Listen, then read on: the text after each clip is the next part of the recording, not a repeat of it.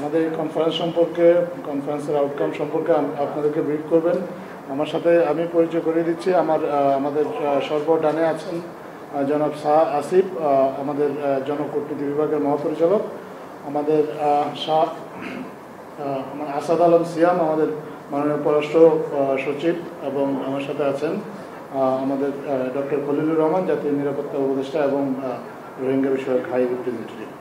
আজকে আপনারা শুনেছেন বিভিন্ন সেশনে বক্তাদের বক্তব্য এবং আমাদের কর্মকর্তাদের বক্তব্য শুনেছেন, এবং মাননীয় প্রধান উপদেষ্টা ছিল, ওনার দিক নির্দেশনামূলক বক্তব্য শুনেছেন। এই সব বিষয়েই আসলে আপনাদের যদি কোনো প্রশ্ন থাকে আমরা সরাসরি প্রশ্নোত্তর পর্বে চলে যাব। আমাদের যারা কর্মকর্তা আছেন ওনারা আপনাদের প্রশ্নের জবাব দেবেন। ধন্যবাদ।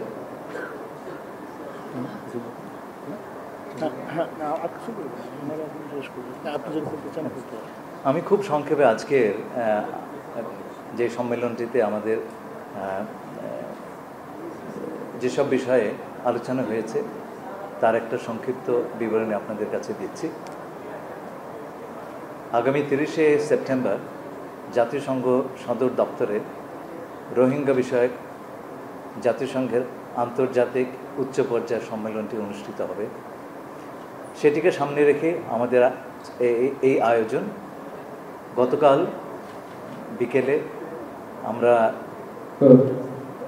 রোহিঙ্গাদের পক্ষ থেকে এই সংকট, এই সমস্যা সম্পর্কে তাদের ভাষ্য আমরা শুনেছি। এই প্রথমবারের মতন তারা সকলে সমবেত হয়ে তাদের যে কণ্ঠস্বর, তাদের যে স্বপ্ন, এই সমস্যার সমাধানে তারা যে চিন্তা ভাবনা করছেন তার সব কিছু প্রথমবারের মতন একটা ছাদের নিচে তারা বলবার সুযোগ পেয়েছেন। সেই হিসেবে এটা ছিল একটা ঐতিহাসিক ঘটনা। আজকে পুরো অনুষ্ঠান জুড়ে তাদের যে গতকালকের আলাপ আলোচনা সেটার প্রতিফলিত হয়েছে। আজকে সকালে আমাদের মাননীয় প্রধান উপদেষ্টা প্রফেসর ডক্টর মোহাম্মদ ইউনূস এই ডায়ালগের উদ্বোধন করেন। তিনি তার দিক নির্দেশনামূলক বক্তব্যে একটি 7 দফা প্রস্তাবনা পেশ করেন। আমরা আশা করছি আসন্ন জাতিসংঘ সম্মেলনে এই 7 দফা একটা বড় ভূমিকা পালন করবে। আজকে 4টা থিমেটিক সেশনে আমরা বিভিন্ন এক্সপার্ট, বিশেষজ্ঞ, জাতিসংঘের প্রতিনিধি এবং রোহিঙ্গা কমিউনিটির কাছ থেকে বিভিন্ন বিষয়ে শুনেছি। সবশেষে এই সমস্যার ভবিষ্যৎ সমাধানের গতিপথ কী হতে পারে সেটা নিয়ে আমরা শুনেছি। 6টি বিষয়ে আমাদের কাছে মনে হয়েছে 6টি বিষয় খুব পরিষ্কারভাবে উঠে এসছে। প্রথমটি হচ্ছে রোহিঙ্গাদের ভয়েস অফ দ্য রোহিঙ্গাস। এই বিষয়ে রোহিঙ্গাদের নিজস্ব বর্ণনা, নিজস্ব বয়ান। আমি একটু আগে বললাম, এটা কিন্তু এই প্রথমবারের মতোই হলো।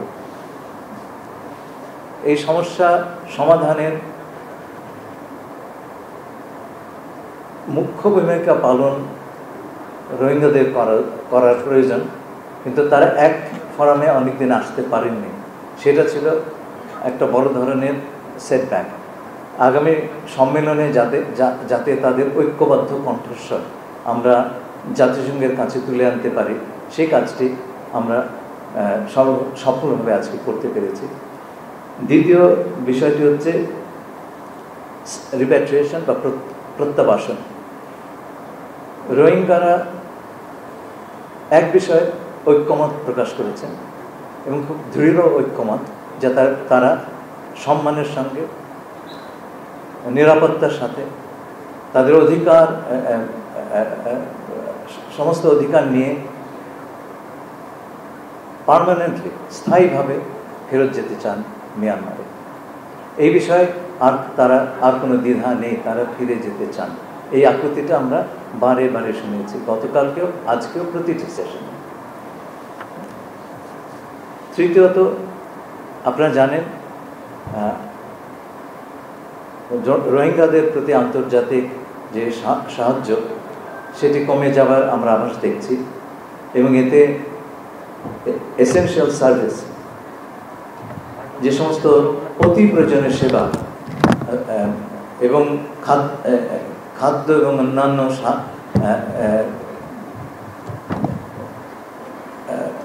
খাদ্য, ঔষধ, শিক্ষা ইত্যাদি অতীব প্রয়োজনীয় যে সেবা, সেগুলো দেওয়ার ব্যাপারে একটা অনিশ্চয়তার সৃষ্টি হয়েছে। এই আজকের ডায়ালগে সকল পার্টিসিপেন্ট এই বিষয়টা আলোকপাত করেছেন। সবাই পর্যাপ্ত সহায়তা যাতে রোহিঙ্গারা পান সেই বিষয়ে বিশ্বের কাছে আবেদন করেছেন। চতুর্থ একটি বিষয় যেটা অত্যন্ত প্রয়োজনীয় এই সমস্যার সমাধানের জন্য, সেটা হচ্ছে বিভিন্ন পক্ষের ভিতরে আলোচনা। এই বিষয়টি এবার বেশ ভালোভাবে সামনে এসেছে।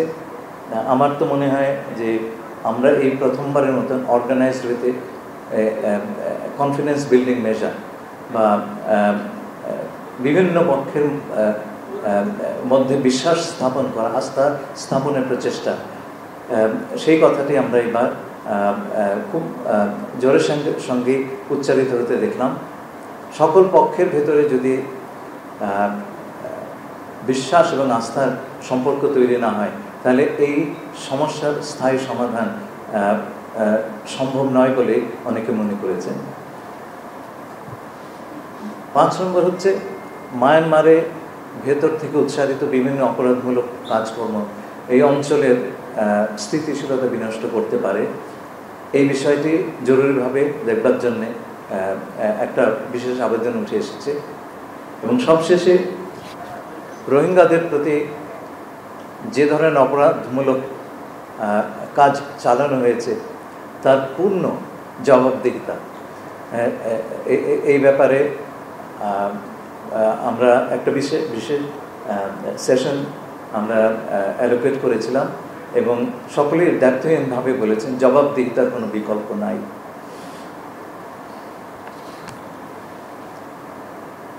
এই ছিল আমার সামারি বা সংক্ষেপে আজকের এই অনুষ্ঠানে যে বিষয়গুলো উত্থাপিত হয়েছে তার একটা সংক্ষিপ্ত বিবরণ। আপনাদের প্রশ্ন থাকলে আমরা আনন্দের সঙ্গে তার জবাব দেব।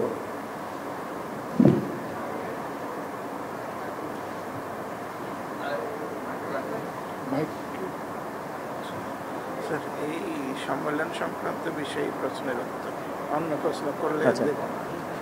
আপনার সম্মেলন সংক্রান্ত প্রশ্ন, অন্য কোনো প্রশ্ন? আচ্ছা, আপনাদের কাছে একটা রিকোয়েস্ট হচ্ছে যে আপনারা যে প্রশ্নটাই করবেন কাইন্ডলি প্রশ্নটা যেন এই সম্মেলন সংক্রান্ত হয়, আর এর বাইরে অন্য কোনো প্রশ্ন আমরা আজকে নেব। ধন্যবাদ। আমরা আসলে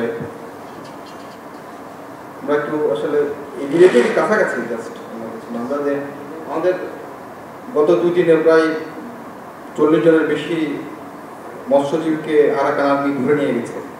আমরা এখানে সেশনে শুনলাম যে আমাদের এয়ার স্পেস এদের কিছু আমরা কি মেজাজ নিয়েছি, কি মেজাজ থেকে সরকারের কি করে? ধন্যবাদ। আমাদের আকাশ সীমা ভায়োলেশনের ঘটনায় সম্প্রতি ঘটেনি, সেটা বহুকাল আগে যখন যুদ্ধ চলছিল 23-24 সালে ঘটেছে। তো সেই সময় কি না হয়েছে, না হয়েছে বা না হয়নি, আর 17 সালেও হয়েছে, সেটা আপনারা হয়তো খোঁজ করলেই পাবে কি সেই সময়কার সরকার কোন ব্যবস্থা নিয়েছিল কিংবা নেয়নি। বিভিন্ন সময়ে আরাকান আর্মি আমাদের জেলে দেরকে ধরে নিয়ে গেছে এই অজুহাতে যে তারা বাংলাদেশ এবং মায়ানমারের আন্তর্জাতিক জলসীমা অতিক্রম করে সেইখানে ওই পারে চলে গেছেন এবং প্রতিবারই আমরা তাদেরকে ফেরত এনেছি। তো এটা একটা চলমান ঘটনা। আমরা যারা ধরা পড়েছেন তাদের সবাইকে আমরা ফেরত নিয়ে আসি।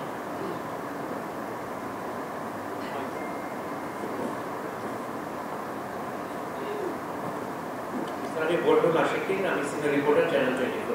স্যার আপনি শুরুতে বলেছিলেন যে ঐক্যবদ্ধ কর্মসূচি আপনারা কিভাবে করতে চান, তো প্রত্যাবাসন নিয়ে রোহিঙ্গাদের মধ্যে এখনো দ্বিধাদ্বন্দ্ব আছে কিনা, আরেকটি বিষয় ইন্টারন্যাশনাল কমিউনিটির মধ্যে এটি নিয়ে কোনো দ্বিধাদ্বন্দ্ব আছে কিনা, এবং এই কনফারেন্সে বারবার বলা হয়েছে যে ইন্টারন্যাশনাল কমিউনিটির একটা সাপোর্ট তারা চাচ্ছেন, তো সেই ক্ষেত্রে বাংলাদেশ কোন কোন স্পেসিফিক দেশের সাপোর্ট চাচ্ছে। আরেকটা বিষয় হচ্ছে বিচারের কথা বলা হয়েছে, তো আমরা দেখেছি যে আইসিসি এবং আইসিজেতে যে মামলা চলছে সেটা একেবারে বলা যায় যে অচল অবস্থায় রয়ে গেছে, তো এটা স্পিড আপ করার জন্য বাংলাদেশের পক্ষ থেকে কোনো উদ্যোগ নেওয়া হবে কিনা? ধন্যবাদ।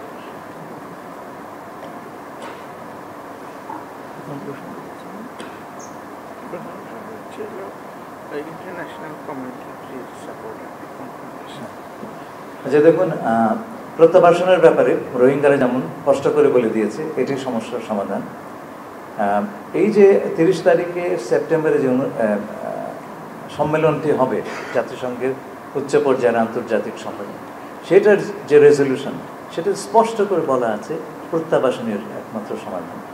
যখন মহাসচিব জাতিসংঘে এসেছিলেন গত মার্চ মাসে, তিনিও কক্সবাজারে এসে অত্যন্ত দ্ব্যর্থহীনভাবে বলেছেন যে প্রত্যাবাসন হচ্ছে এই সমস্যার একমাত্র সমাধান। আমরা তেমন মনে করি, রোহিঙ্গারাও তাই ভাবে, সারা দুনিয়াও সেই কথা বলে। ওই আইসিসি নিজস্ব প্রক্রিয়া আছে এবং সেই প্রক্রিয়া অনুযায়ী তারা পর্যন্ত যথেষ্ট ভালো কাজ করেছেন এবং স্পিড আপের কোনো ব্যাপার নেই, তাদের নিজস্ব প্রক্রিয়াতেই জিনিসটা হবে। যারা এই প্রক্রিয়াগুলোর সঙ্গে সম্পৃক্ত আছেন তাদের সঙ্গে আমাদের যোগাযোগ আছে। আমি আপনাকে বলি, অনেক কিছু পাবলিক ডিপ্লোমেসির ব্যাপার নয়, সব কথা আমি বাজারে বলতে পারবো না, আমাকে স্পেস দিতে হবে। এর আগে জাতিসংঘের মহাসচিব একটি উদ্যোগ নিয়েছিলেন এবং তার একজন দূত তিনি স্পষ্ট বলেছেন, পরশুদিন গতকালকার কাগজ বা পরশুদিনের কাগজে দেখলেই দেখবেন যে বিরূপ প্রচারণার জন্যে সে উদ্যোগটা ভেস্তে গেছে, ক্ষতি হয়েছে আমাদের। স্পেস আমাদের দিতে হবে। এই যে আমি ট্রেড নেগোসিয়েশন করলাম, চতুর্দিক থেকে কি হচ্ছে ভাই, আমাকে তো নেগোসিয়েটিং স্পেস দিবেন। সারা পৃথিবীর কোনো জায়গাতে কোনো নেগোসিয়েটরদেরকে এভাবে হ্যারাস করা হয়নি, কোথাও হয়নি। এই যে ভারত 50% তার উপর ট্যারিফ হয়েছে, ভারতের কোনো পত্রিকা কি তার সরকার বা নেগোসিয়েটরদেরকে দোষ দিচ্ছে? ভাই, ডিপ্লোমেসি সবটা বাজারে হয় না।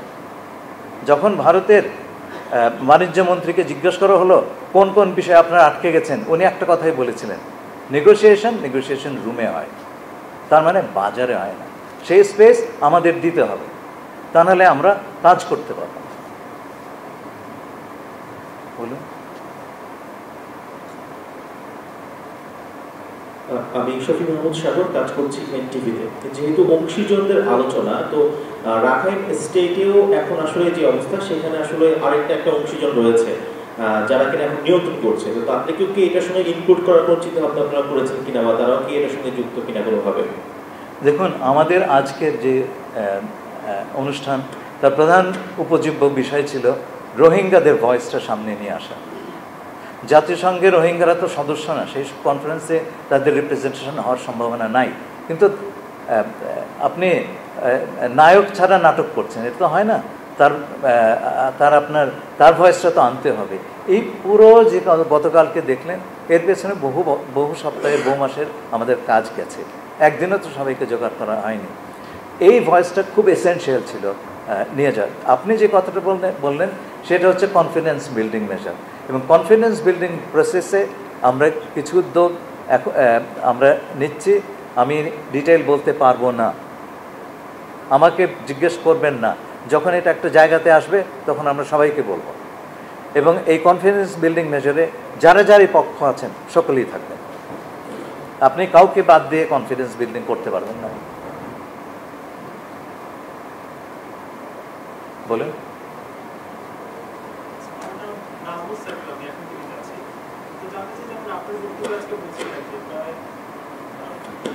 প্রায় লাখখানেকের মতো রোহিঙ্গা নতুন করে আবার বাংলাদেশে আসার একটা ব্যাপার চলছে। যখন আপনারা আসলে উদ্যোগ দিয়েছেন যে রোহিঙ্গাদের তাদের দেশে পাঠাবেন, তখন যদি তারা আবার আসে, সেক্ষেত্রে বাংলাদেশ কি পদক্ষেপ? আমি বলিনি যে লাখখানেক লোক এসে যাচ্ছে, সেটা আমি বলিনি। আমি বলেছি 23 সাল থেকে যখন যুদ্ধাবস্থা শুরু হয়, আভ্যন্তরীণ যুদ্ধাবস্থা শুরু হয়, আরাকান আর্মির সঙ্গে টাটনরের যুদ্ধ শুরু হয়, তার সেই থেকে শুরু করে 24 সাল পর্যন্ত প্রায় 1.25 লক্ষ আপনার রোহিঙ্গা এসেছে। তারপরে আরও কিছু রোহিঙ্গা এসেছে, কারণ সেখানকার মানবিক অবস্থা অত্যন্ত খারাপ এবং সেই সঙ্গে আরাকান আর্মি বিভিন্ন জায়গায় অত্যাচার করছে। তো ভবিষ্যতের কথা আমি আপনাকে বললাম, confidence building will be one of this things. 3টে বিষয় একসঙ্গে যেতে হবে, সকল পক্ষের সঙ্গে আলোচনা। আপনারা আজকে যারা আলোচনাগুলো শুনেছেন, আপনারা সকলেই বুঝতে পেরেছেন, আমিও বুঝতে পেরেছি যে এই সমস্যাটা একদিনে হয়নি, একদিনে যাবে না। হ্যাঁ, এটা গায়ে যে জ্বর হয়েছে ট্যাবলেট খেলাম না, এটা হচ্ছে এক ধরনের ক্যান্সার হয়েছে, আপনার দীর্ঘমেয়াদী আপনার কী বলে চিকিৎসা প্রয়োজন। দেখেন, আমরা যখন এই সমস্যাটা পেলাম 2024 সালে, গত বছর, এটা তো বিষয়টি ছিল আইসিইউতে, লাইফ সাপোর্টে। আমরা এইটুকু বলতে পারি যে আমরা একে কেবিনে নিয়ে এসেছি। এখন সকল ডাক্তার মিলে সব ধরনের আমাদের চিকিৎসার চেষ্টা করতে হবে। তো রোগীর কথা বলা শুরু হয়েছে। আজকে আপনারা দেখলেন আমাদের রোহিঙ্গা ভাই বোনেরা প্রকাশ্যে তাদের মনের কথা বললেন। এটা একটা বড় ধাপ। এরপরে কনফিডেন্স বিল্ডিংয়ের যে কাজটা, সেটা আমরা শুরু করে দিয়ে যাব। এবং আপনি দেখেছেন আজকে আমরা আমাদের রাজনৈতিক নেতৃবৃন্দকে পেলাম আমাদের মধ্যে, তারা এলেন, আমরা অত্যন্ত আনন্দিত এবং কৃতজ্ঞ, গভীরভাবে কৃতজ্ঞ। তারা এলেন এবং তারা এক বাক্যে একটা কথা বললেন, এই পলিসি কন্টিনিউ করবে। সুতরাং সবার কাছে আজকে মেসেজ চলে গেছে যে আমরা অন্তর্বর্তী সরকার যা করছে এই বিষয়, সেটা কিন্তু অন্তর্বর্তীকালীন ব্যবস্থা নয়। এই বিষয়টি আগামী সরকারও চালিয়ে যাবে, সেই কমিটমেন্টটা তারা করে গেছেন। এটা আমাদের জন্যে এবং আমাদের রোহিঙ্গা ভাই বোনদের জন্যে একটা অত্যন্ত প্রয়োজনীয় ঘটনা। আমি আবারও আমাদের রাজনৈতিক দলের নেতৃবৃন্দের কাছে আমার গভীর কৃতজ্ঞতা পেশ করছি।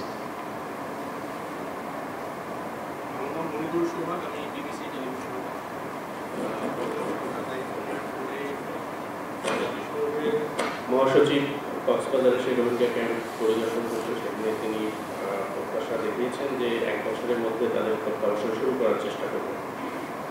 পাশাপাশি মিয়ানমার সরকারের উচ্চ পর্যায়ের প্রতিনিধির সাথে আপনার একটি বৈঠক দিলেও অনেক আশা সবাই দেখেছিল এবং অনেকেই হয়তো আশা করেছিল যে এই সময়ের মধ্যে হয়তো প্রত্যাবাসন কার্যক্রমকে আরও অনেক দূর আগাবে।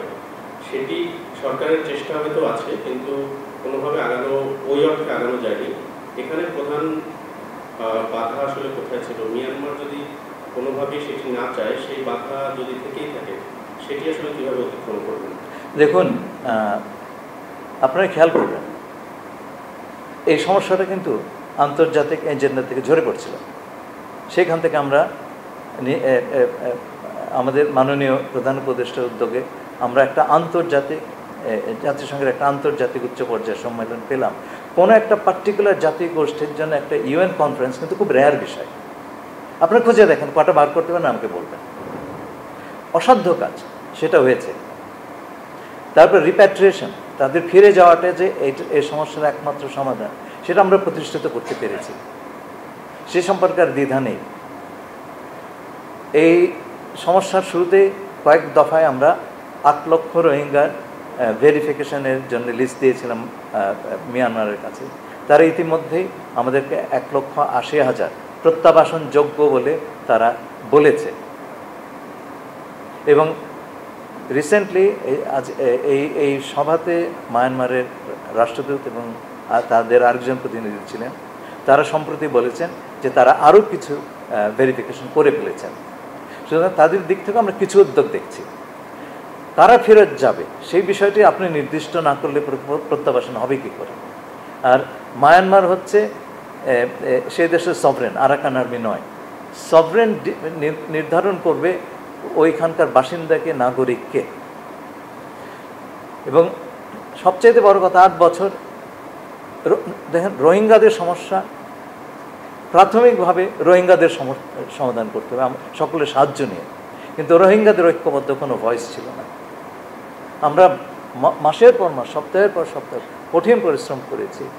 এবং এই বিশেষ করে আমাদের ক্যাম্পের চার্জে যারা ছিলেন তারা নানানভাবে উৎসাহিত করেছেন যাতে করে রোহিঙ্গারা একত্রিত হয়ে এক ভয়েসে, এক কণ্ঠে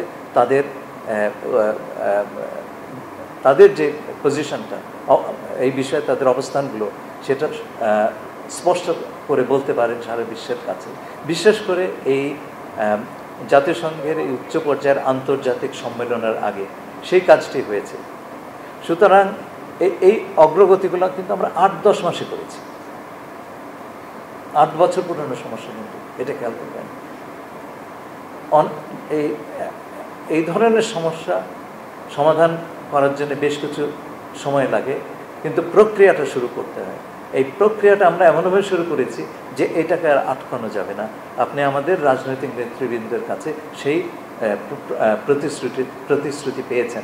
এটা এখন সকল পক্ষ জানে যে আমরা যে আলোচনাটা করব আগামী দিনগুলোতে, যে কয়টা দিন আমাদের আছে, সেটা ওন করছেন, সেটা মালিকানা নিচ্ছেন কিন্তু আমাদের রাজনৈতিক উত্তরাধিকার যাদের তারা। তো এটা আমি মনে করি একটা বড় ধরনের অগ্রগতি। আগে তো সবাই মিলে আমরা কাজ করিনি, এই প্রথম। কেউ কিন্তু বাদ যায়নি, সবাইকে আমরা রেখেছি। আপনাদের সবাইকে অসংখ্য ধন্যবাদ।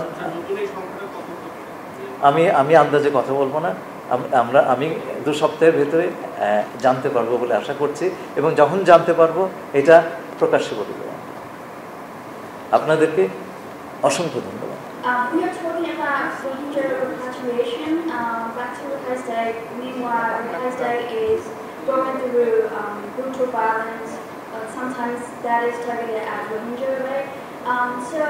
In order to repatriate them back to Rakhine State, what steps have you taken, to help them to implement this plan?